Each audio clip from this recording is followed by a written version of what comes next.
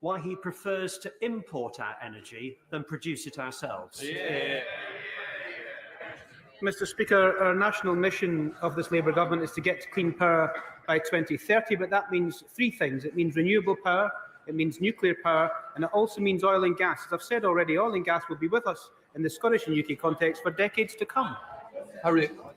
Thank you, Mr. Speaker. A recent report by Offshore Energies UK showed that if the UK oil and gas basin was continued to be used until 2050, it could produce half of our oil and gas needs. That would do wonders for jobs in the North East of Scotland, the North East economy, our energy security, the energy transition, and it would also bring in £12 billion to the Treasury. On top of that, it would also bring in £150 billion of economic growth to the UK, which I'm sure everyone in this House and the government would welcome. So will the Secretary of State please have a word with the Energy Secretary and ask him to stop his policies, which are continuing to ruin our oil and gas sector, and for once back North East Scotland? Mr. Speaker, the Honourable Lady mentions the oil and gas sector in 2050, and I've already mentioned at this dispatch, as is the Secretary of State, Des Nez, that oil and gas will be with us for decades to come, including to 2050. Gilbert. Mr. Speaker, does my right honourable friend agree with me that there's an opportunity for significant economic growth in Scotland from getting a just transition from oil and gas to clean power right? In my Edinburgh North and Leith constituency at the Port of Leith, you can see the land and space previously used for oil and gas sector has been transformed by investment from Forth Ports to the largest renewable hub in Scotland. Will he join with me in welcoming this investment in Leith and outline how his department will help secure every job possible in the transition from oil and gas? Mr. Speaker, can I commend my honourable friend for the work that she's doing, particularly in her constituency in the Port of Leith, to make sure we can have the transition and have it well. But what she highlights is the important thing about this particular issue and debate, that the energy mix requires us to have renewable power and clean energy by 2030, but also requires us to have nuclear power, and it also requires us to have oil and gas. The energy mix means we do it all. It's not either or. Gregor Poynton. Thank you, Mr. Speaker. The Secretary of State rightly outlines how important oil and gas sector is to Scotland and to the workers and businesses rely on it. But if we are to have a truly just transition, we need to invest in new technologies like hydrogen now. And that's therefore, will he join me in welcoming the shortlisting of the Selmsmuir hydrogen project in the Livingston constituency? It's been shortlisted for UK government support, and can outline how this will benefit the Livingston constituency. Mr. Speaker, on the 7th of April, the UK Government announced the 8th Scottish project had been shortlisted for the next stage of the HAR2 process. I and my ministerial colleagues look forward to working with industry to deliver a vision for a thriving low-carbon hydrogen economy in the UK, and of course commend my honourable friend for the work that he's done in pushing forward the project in his Livingston constituency. Shadow Secretary Andrew Barr. Thank you very much, Mr. Speaker. Mr. Speaker, can I ask the Secretary of State, does he agree with the Scottish Labour leader who says that there is no question it has to be new oil and gas? Or does he agree with his colleague, the Energy Secretary, who's banned new licences in the North Sea and is overseeing an accelerated decline of the UK's oil and gas basin? Mr. Speaker, there's obviously a consultation on the just transition happening with the department at the moment in terms of the Secretary of State that he refers to. But I just go back to my previous answers. In order to get to clean power by 2030, in order for us to have an energy mix in this country, you require oil and gas, you require renewables, and you require nuclear. It's a simple process. Goodbye. Well, I think we all heard there, and I'm sure Anas Sarwar certainly heard there. He was unable to agree with his own leader in Scotland. So in hawk to the UK Labour Party, they can't stand up for Scottish workers or its oil and gas industry, and can't even agree with their own leader in Scotland. It's always been the party interest over the national interest with Labour, and no notice taken of its Scottish Labour Party. 10 years ago, the Scottish Labour Party was described by its own leader at the time as simply being the branch office. Nothing has changed, has it? Mr. Speaker, the sole purpose of this government initially in the first few months was to clean up the mess that his government left of this country, which included the £22 billion black hole. We'll get on with delivering our missions, including clean power by 2030. That's what we're focused on, because that's what's good for jobs, good for bills, and good for the environment. Robin Swan. Question number 5, Mr. Speaker. Minister.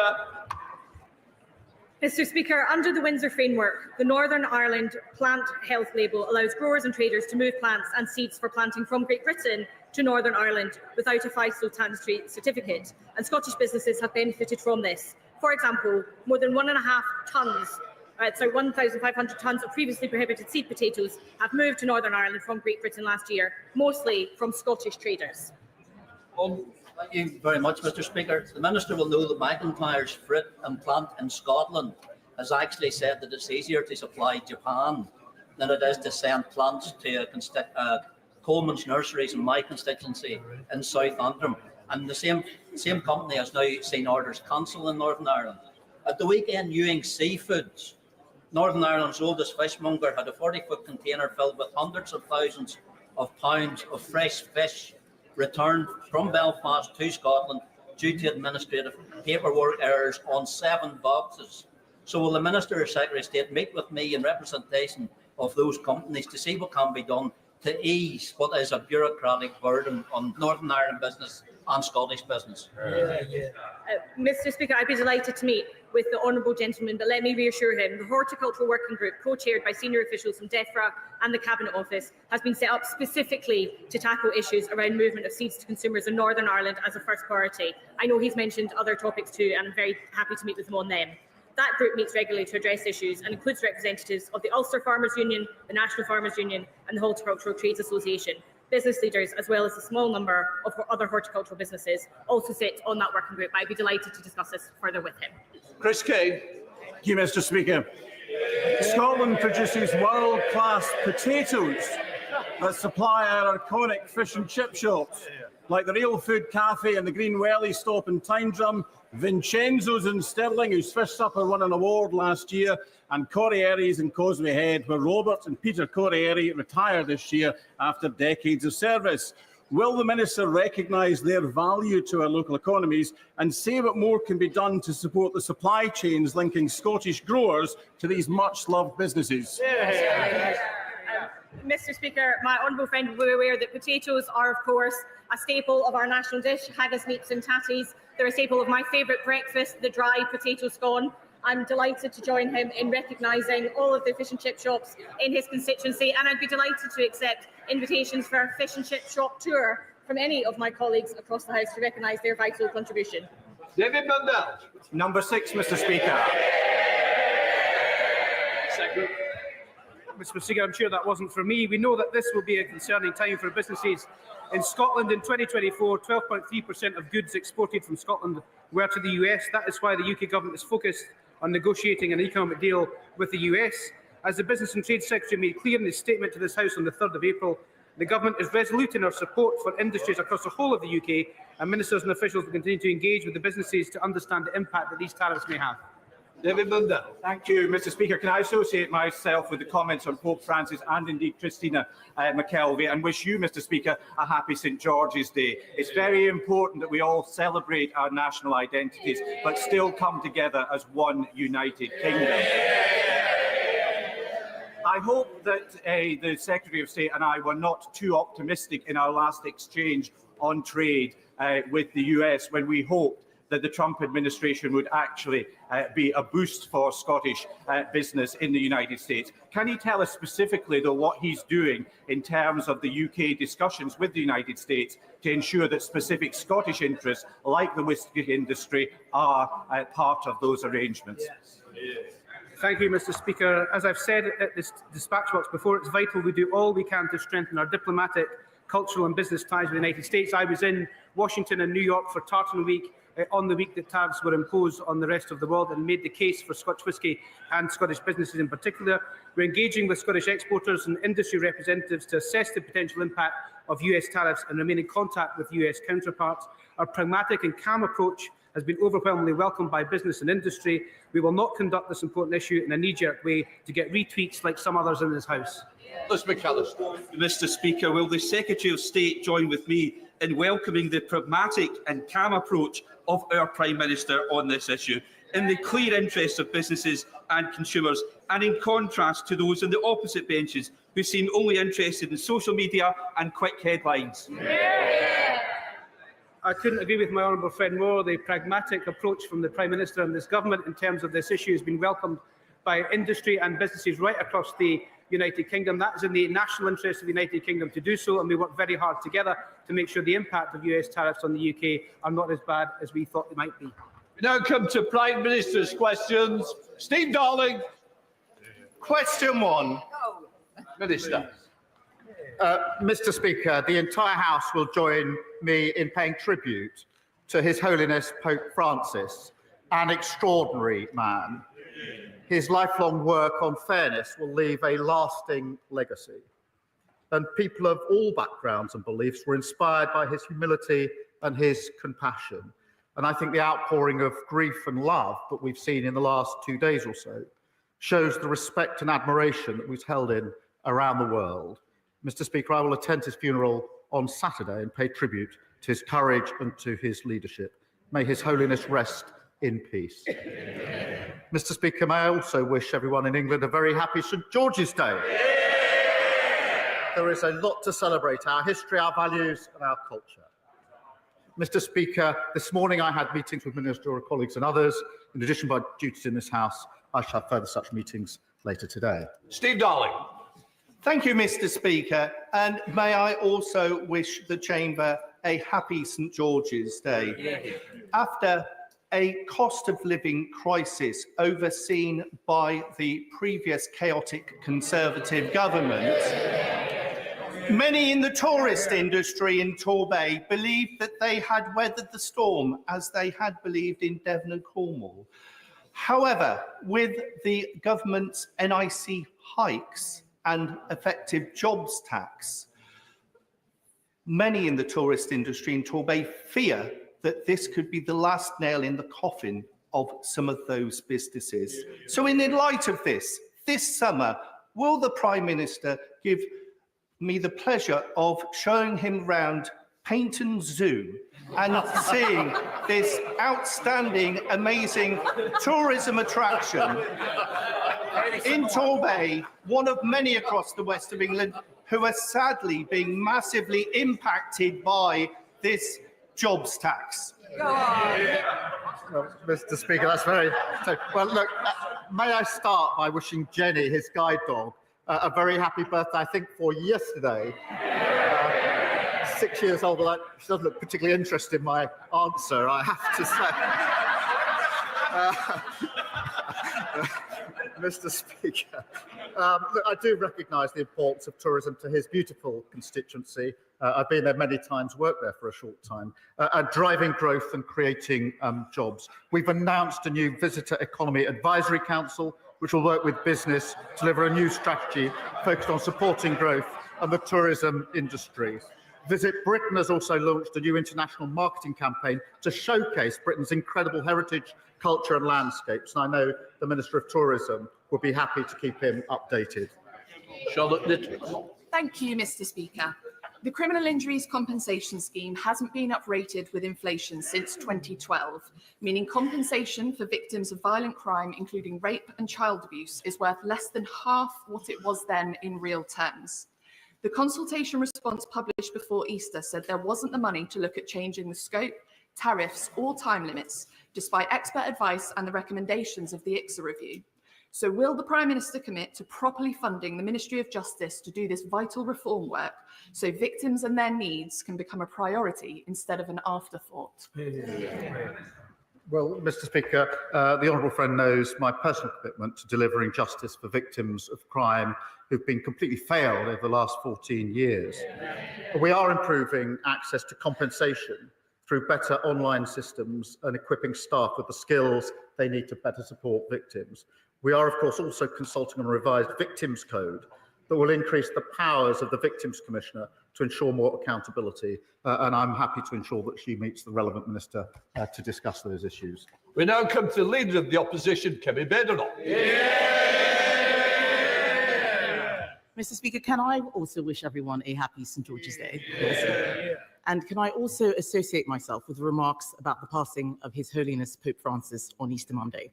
Being married to a Catholic, I know the profound loss for millions in Britain and across the world.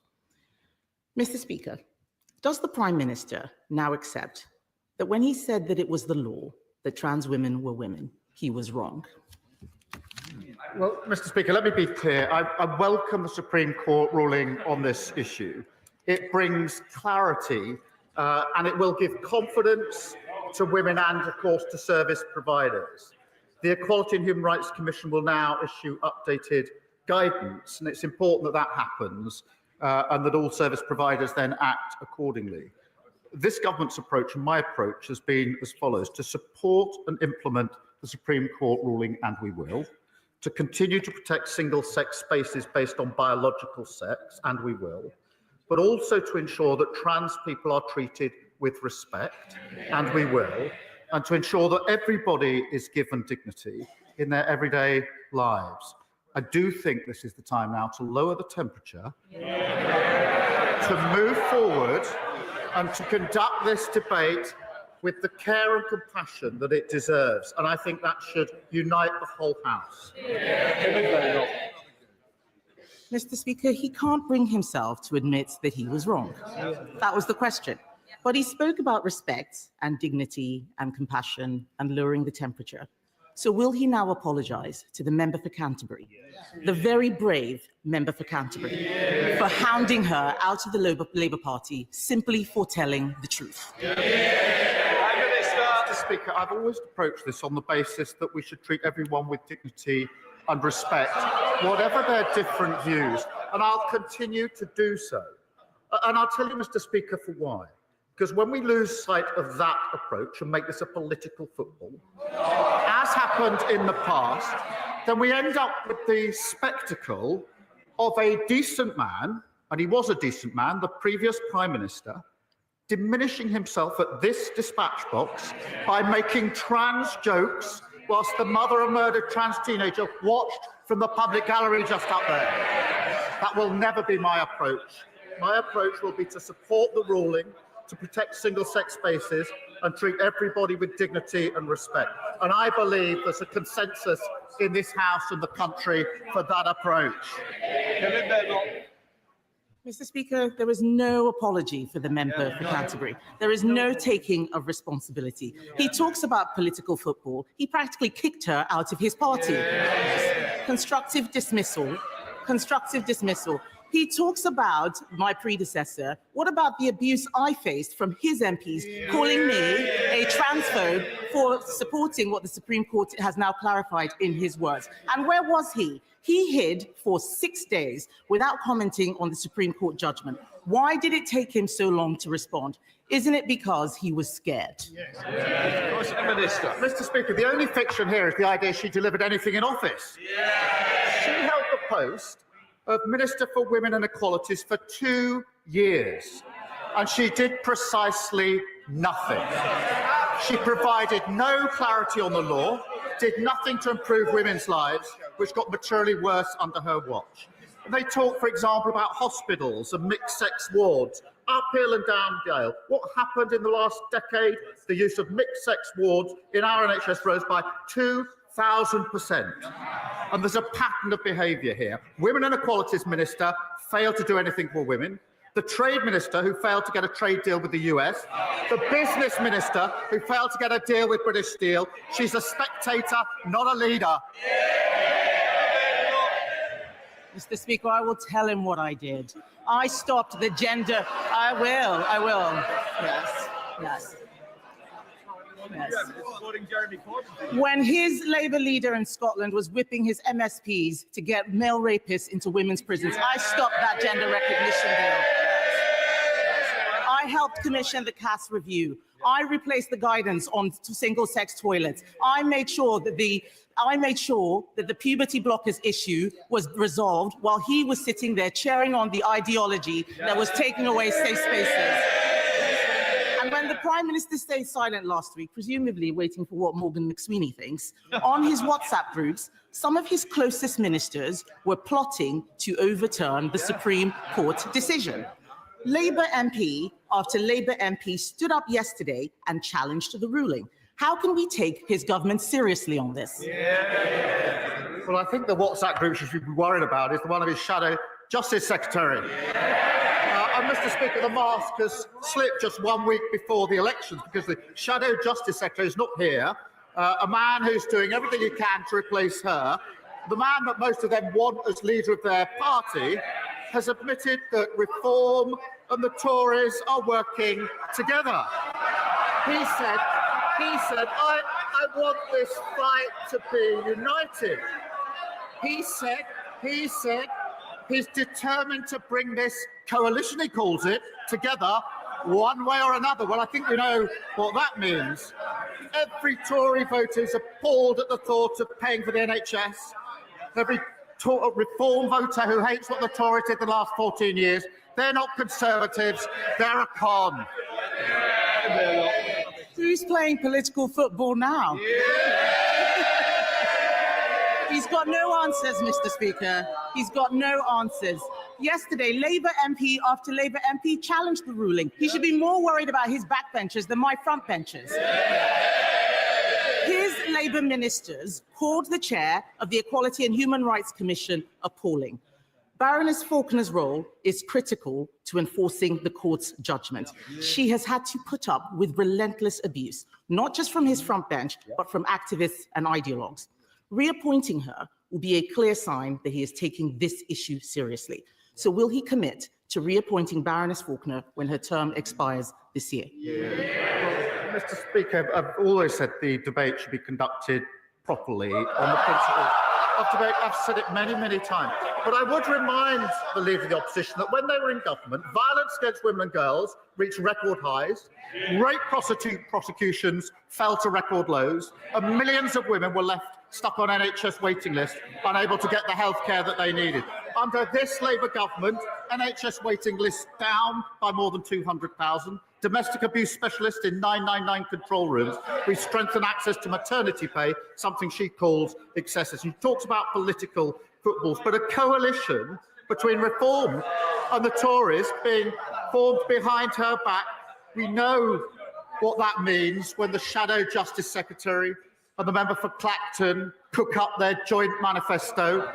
NHS charging a pro-Russia foreign policy, enter workers' rights. Just as the Love government lost control of the economy, the borders and health, in 6 short months, she's lost control of her party.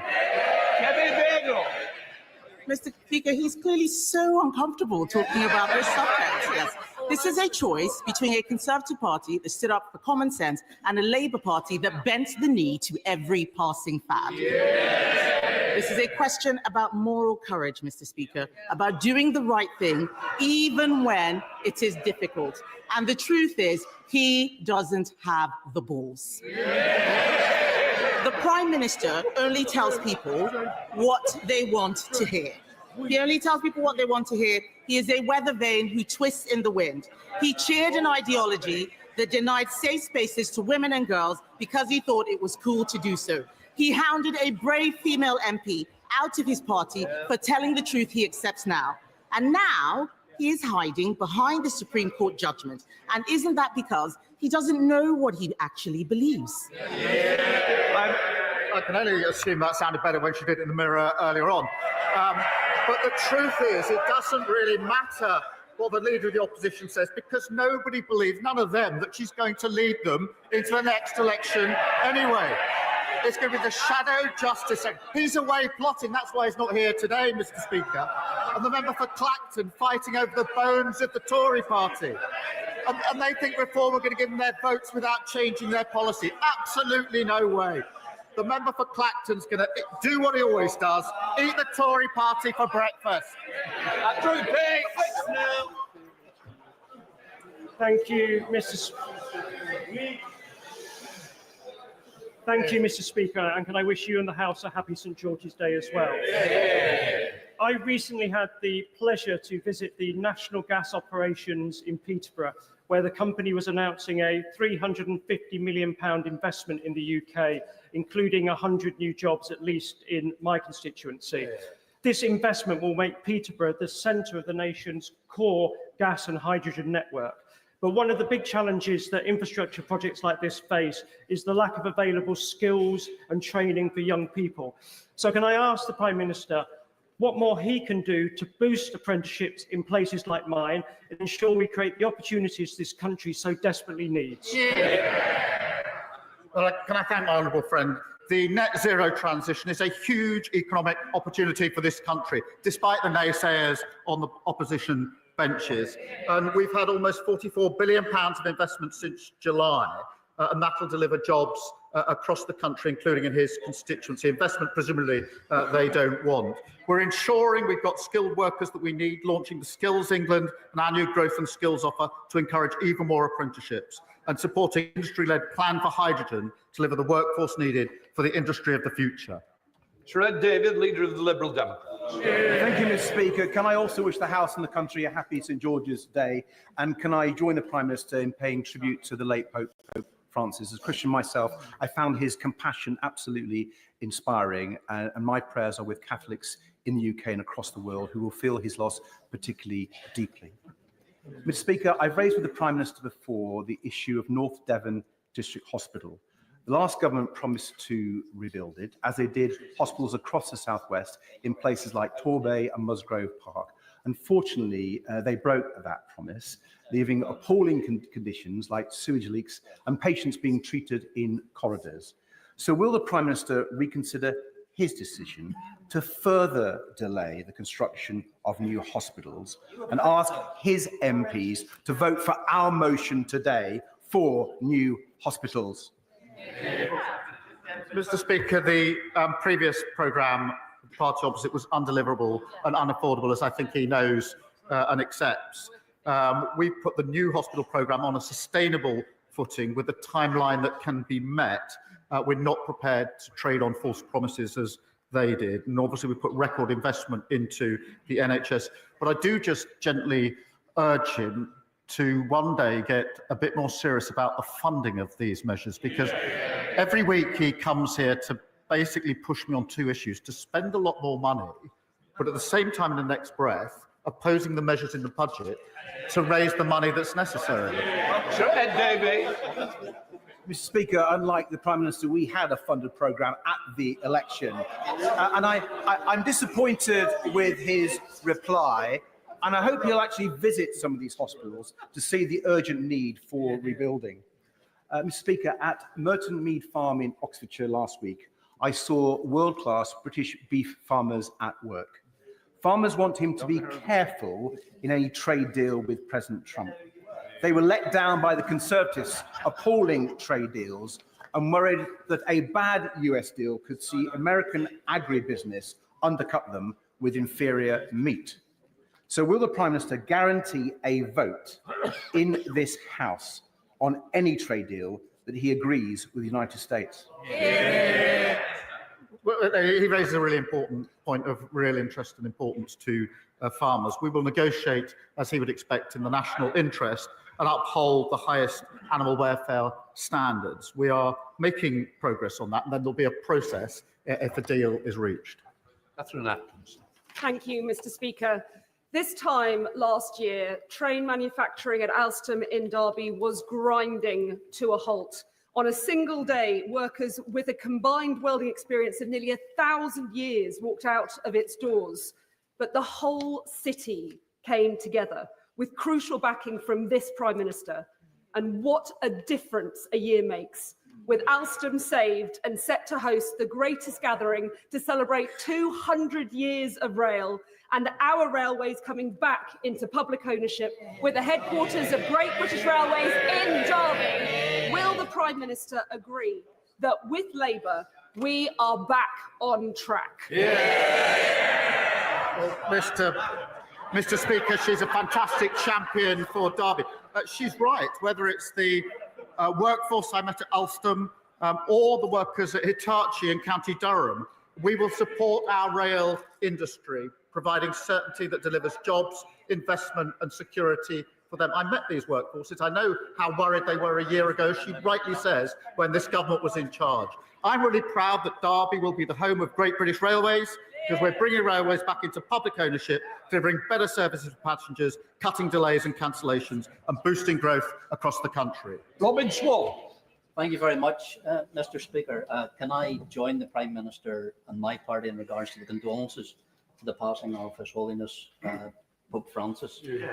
Mr. Speaker, the Prime Minister is often referred to his time working in Northern Ireland, and I've spoken to one of his bosses who speaks of his diligence. I wonder in that vein, could he speak to his Northern Ireland team about their understanding of the Belfast Good Friday Agreement? Because the Secretary of State in an interview seemed to think that it had been negotiated by Ian Paisley rather than David Trimble and my party.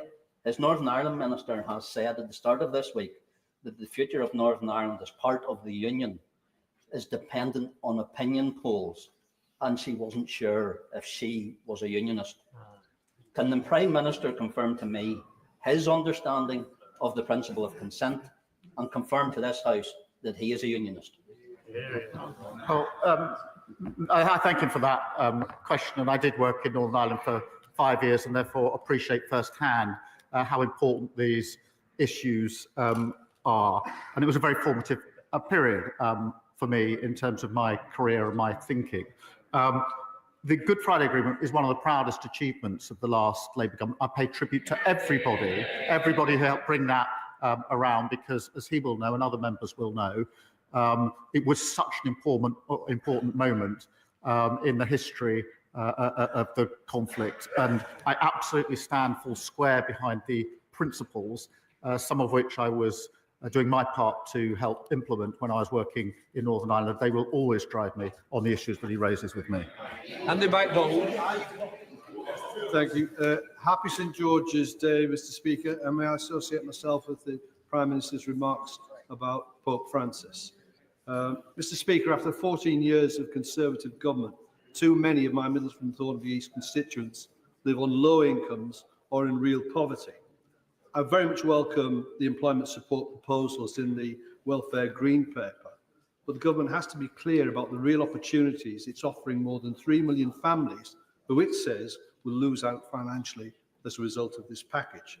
So before asking MPs to vote, can he confirm that we will see fresh OBR analysis, evidence on who will be affected by the PIP changes, and the government's own assessment of the employment impact of its measures? And will he confirm that this policy will not result in increased experience of poverty? Well, Mr Speaker, we are reforming a broken system, the system that we inherited, and I think most people accept that it needs reform because it traps people in unemployment and inactivity, and we need to reform it for that reason. The principles will be that we will provide support where support is needed.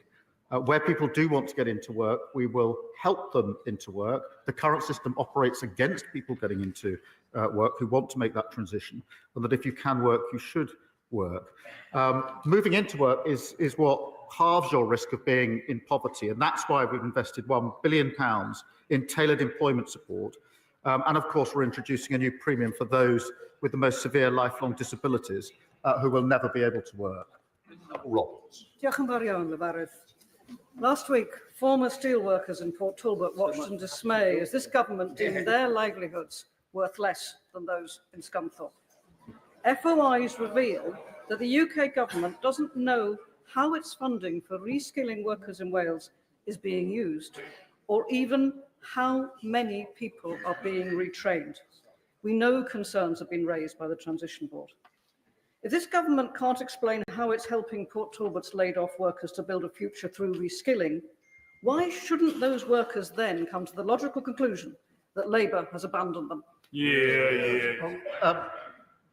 She raised a really important issue. In relation to Port Talbot, and I visited a number of times and heard firsthand from the workforce there. And she may or may not know that even in opposition before the election, I was talking to the owners to try to persuade them to delay their decisions because I knew an election was coming. That's how important I thought it was. I would remind her that at the same time, the then Prime Minister refused to pick up a call to the First Minister, to even discuss the issue